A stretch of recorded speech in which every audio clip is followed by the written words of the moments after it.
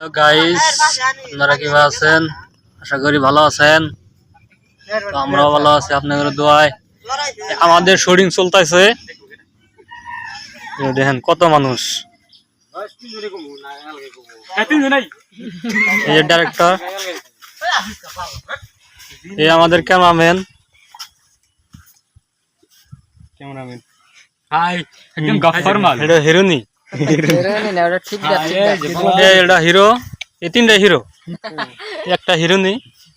চশমাটা ঠিক আছে দেখেন। এই আমাদের ক্যামেরাম্যান।